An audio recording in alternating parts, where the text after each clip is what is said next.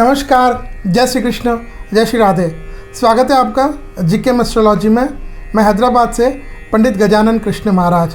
जब भी आप किसी विद्वान पंडित जी के पास अपने लिए विवाह, गृह प्रवेश या अन्य शुभ मुहूर्त निकालने जाते हैं तब पंडित जी सबसे पहले यह देखते हैं कि कहीं उस समय शुक्र या गुरु तारा अस्त तो नहीं है, डूबा तो नहीं है। सामान्य भाषा में कोई भी अच्छा मुहूर्त तभी निकलता है, कोई भी शुभ मुहूर्त तब ही निकलता है। ज्योतिष के 4 प्रमुख ग्रह सूर्य, चंद्रमा, गुरु एवं शुक्र, ये चारों ग्रह अपनी अच्छी अवस्था में हो यानी बलवान हो, इनमें अच्छा बल हो।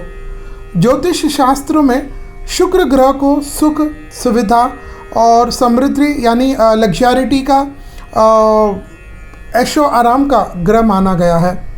यह शुक्र ग्रह जहाँ जन्म पत्रिका में व्यक्ति को भौतिक सुख और स्त्री का कारक ग्रह है, वहीं इसे सभी शुभ मुहूर्तों में भी बहुत महत्वपूर्ण स्थिति रखने में ये सक्षम है, ऐसे बताया गया है। तो इसी तरह अगर शुक्र के ये ग्रह कारकत्व हैं तो गुरु को हमारे घर परिवार में, हमारे आसपास में, हमारे जीवन में मंगल अवसर प्रदान करने वाला एवं संतान को देने वाला कारक ग्रह माना गया है। इन दोनों ग्रह शुक्र और गुरु के अस्त होने का मतलब, एक साधारण भाषा में लोग अगर पूछते हैं कि अस्त होने का मतलब क्या, तारा डूबने का मतलब तारा डूब गया, तारा जाएगा नहीं, कहीं नहीं, डूबेगा नहीं। अस्त ग्रह, इन ग्रहों के अस्त होने का मतलब यही है कि प्रत्येक ग्रह राहु और केतु और चंद्रमा को छोड़ करके सूर्य से एक निश्चित दूरी पर आने के बाद अस्त हो जाते हैं। जब वो अपने एक्सिस में चलते चलते जब सूर्य के पास आ जाते हैं तो वह अस्त हो जाते हैं। इसी क्रम में सूर्य से लगभग 9 अंश या इससे कम दूरी, या यूँ समझे कि सूर्य के मंडल में शुक्र के आने पर शुक्र और गुरु अस्त हो जाते हैं। अगर शुक्र आए हैं तो वो, और गुरु आए हैं तो वो सूर्य के मंडल में आने पर वो अस्त हो जाते हैं यानी निस्तेज हो जाते हैं। अस्त होने का समय ज्ञात करने के लिए हमें सूर्य और शुक्र के गति का गणित करना बहुत आवश्यक होता है। जब ये दोनों ग्रह गुरु एवं शुक्र अस्त हो, नीच राशि में हो या निर्बल अवस्था में हो तो संपूर्ण सारे जनमानस सहित प्रकृति और मुहूर्तों पर भी इसका प्रभाव, इसका असर देखने को मिलता ही है। आज इस वीडियो में हम प्रमुख रूप से साल 2023 में शुक्र एवं गुरु ग्रह के अस्त से लेकर के उदय होना, शुक्र और गुरु कब अस्त होंगे, कब उदय होंगे, उसको हम जानेंगे। और साथ में इस अस्त और अस्त होने से उदय होने के काल तक कौन कौन से कार्य नहीं करने हैं, इस पर से हम विस्तार से चर्चा करेंगे। मित्रों, गुरु एवं शुक्र तारे के अस्त होने पर इस समयावधि में कौन कौन से नए कार्य नहीं करने चाहिए वह जानते हैं। इस समयावधि में, समय में जब शुक्र या गुरु तारा अस्त हो जाए तब कोई भी नया कार्य, जैसे पहली बार आप कर रहे हैं तो नूतन कार्य नहीं करना चाहिए, गृह प्रवेश बिल्कुल नहीं करना चाहिए, विवाह बिल्कुल नहीं करना चाहिए। आप नया वाहन खरीद रहे हैं, चाहे वो सेकंड हैंड हो, नहीं खरीदना चाहिए। भूमि का खरीदना, बेचना, रजिस्ट्रेशन करना, न्यू की पूजा और भूमि पूजा करना, ये भूमि से संबंधित, और गृह प्रवेश करना, ये बिल्कुल नहीं करना चाहिए। साथ में कुआं है, बावड़ी है, बोरिंग खुदवाना, इनको भी नहीं करना चाहिए। इसके साथ आपने मंदिर बनाया, वो बन करके तैयार है तो फिर वहाँ देव और देवी देवताओं की प्राण प्रतिष्ठा, वो भी नहीं होना चाहिए। साथ में पहली पठावन यानी विवाह से लौटकर आई है कोई बहन, तो वो पहली बार लौटकर आई तो ससुराल जाती है, वो नहीं होना चाहिए। साथ में विवाह को जब मना है तो सगाई यानी एंगेजमेंट या तो बिल्कुल नहीं, चाहे आप रुपया नारियल दे रहे हैं, दस्तूर कर रहे हैं, एंगेजमेंट रिंग सेरेमनी, खैर वो तो हमारे संस्कार, हमारे सनातन धर्म में नहीं है, पर यह भी नहीं करना चाहिए। साथ में उपाकर्म, उत्सर्ग, अष्टका का श्राद्ध, मुंडन, उपनयन यानी जनेऊ, बरुआ संस्कार, सकाम, बहुत कोई कामना लेकर के, इच्छा लेकर के, भागवत आदि कथा, विवाह, नए वस्त्र धारण करना, तुला आदि दान करना। इसके अलावा प्रथम बार कोई आप व्रत को आरंभ कर रहे हो तो प्रथम बार व्रतारंभ, वो नहीं करना चाहिए। साथ में अन्नप्राशन, समावर्तन, अतिक्रांत, नामकरण आदि ये संस्कार ये नहीं होने चाहिए। और इसके अलावा आपने किसी व्रत को किया है, उसके पूरा होने पर इस अस्त के दौरान उसका उद्यापन यह नहीं होगा। साथ में पवित्रारोपण, शयन एवं भगवान विष्णु के शयन एवं परिवर्तन आदि, भगवान के उत्सव और इसके अलावा नूतन शपथ ग्रहण, संतान के जन्म के बाद प्रथम बार ससुराल जाना आदि ये शुभ कार्य, नूतन एवं काम्य कार्य इस अस्त के दौरान बिल्कुल भी नहीं करना चाहिए। इस समय में दैनिक पूजा पाठ जो आप प्रतिदिन करते हैं वह करने में कोई दोष नहीं। जो दैनिक आप मंदिर आदि जाते हैं वो करने में कोई दोष नहीं है।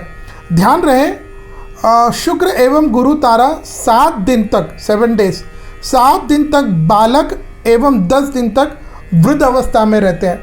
ये दोनों वृद्ध हो तो अशुभ एवं बाल अवस्था में हो तो शुभ होते हैं, क्योंकि बाल अवस्था यानी वो चलते रहने वाली वो आगे बढ़ते रहने वाली अवस्था होती है।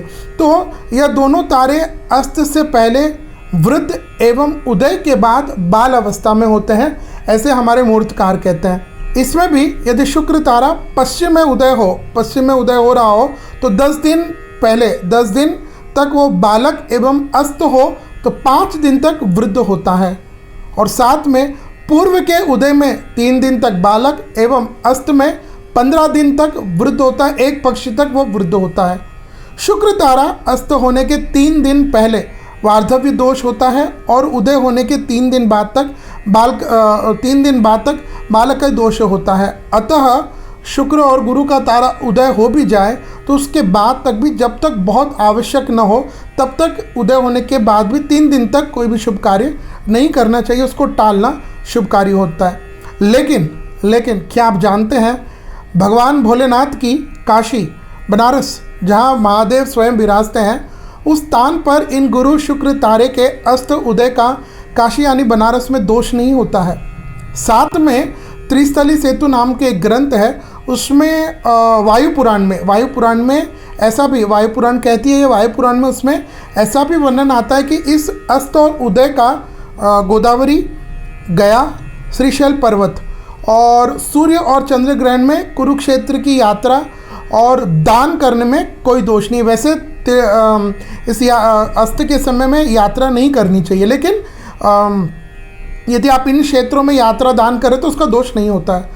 गुरु एवं शुक्र तारा सीधे हाथ एवं सन्मुख अशुभ होता है, इसीलिए इस समय प्रथम देव दर्शन यानी आप अपने कुल देवता जहाँ रहते हैं वहाँ से अगर आप प्रथम बार अपने देव दर्शन के लिए जा रहे हैं, तीर्थ यात्रा में जा रहे हैं, तो वो बिल्कुल सख्त मना है। आइए अब जानते हैं कि साल 2023 में गुरु और शुक्र तारा कब उदय होगा, कब अस्त होगा। सबसे पहले बात करते हैं गुरु तारे की। तो साल 2023 में गुरु तारा यह संवत 2080 में चैत्र मास के शुक्ल पक्ष की 9वीं तिथि गुरुवार 30 मार्च 2023 को रात्रि के 2:51 2:51 लेट नाइट AM इतने बजे पश्चिम दिशा में अस्त होंगे, और यहाँ से अस्त होकर के उदय कब होंगे, उदय फिर वो वैशाख मास के शुक्ल पक्ष की अष्टमी तिथि शुक्रवार दिनांक 28 अप्रैल 2023 को दोपहर के 12:56 इतनी बजे पूर्व दिशा में उदित होंगे।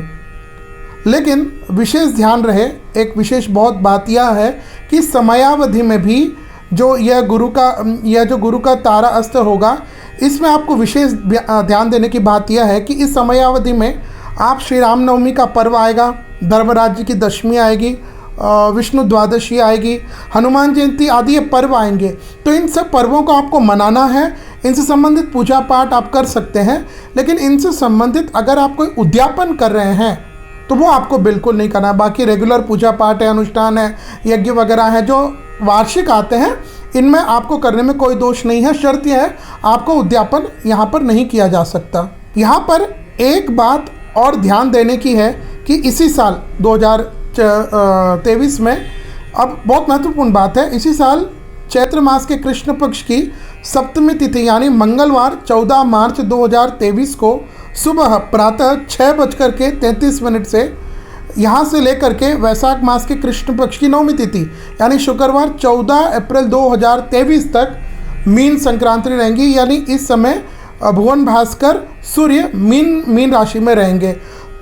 अब जब यह मीन की संक्रांति यह समाप्त होगी, उसके पहले ही गुरु का तारा अस्त हो जाएगा। तो आप ये समझिए कुल मिलाकर के आपको 14 मार्च 2023 से लेकर के 28 अप्रैल 2023 तक कोई भी शुभ एवं नया कार्य इस समयावधि में आपको बिल्कुल नहीं करना है।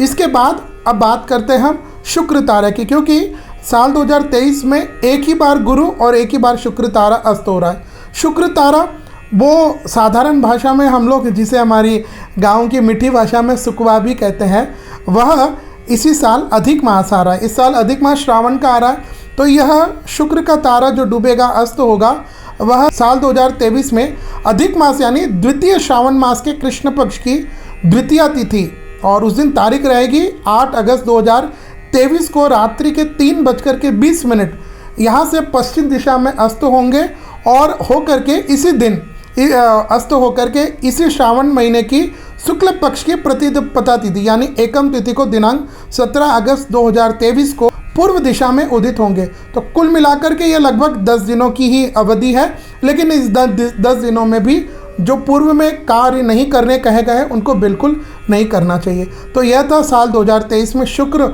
और गुरु तारा के अस्त्योदय से लेकर के आपके समक्ष विशेष जानकारी। मित्रों, यदि आप भी विवाह, पढ़ाई, संतान, धन लाभ, विदेश योग, अंक गणित यानी न्यूमरोलॉजी, रत्न और बिना तोड़ फोड़ के वास्तु परामर्श हमसे लेना चाहते हैं, इसके अलावा सर्वश्रेष्ठ शास्त्र सम्मत मुहूर्त यदि आप हमसे कोई प्राप्त करना चाहते हैं, या फिर जन्म पत्रिका प्रथम बार बनाना चाहते हैं, या बनी हुई है तो हॉरोस्कोप रीडिंग, चार्ट रीडिंग उसको आप हमसे पढ़वाना चाहते हैं, तो हमारे कार्यालय श्रीनाथ ज्योतिष कार्यालय, यहाँ जो नंबर दिए गए हैं इन पर आप संपर्क कर करके आप सशुल्क परामर्श लेकर के हमारी यह विशेष सेवाएं प्राप्त कर सकते हैं।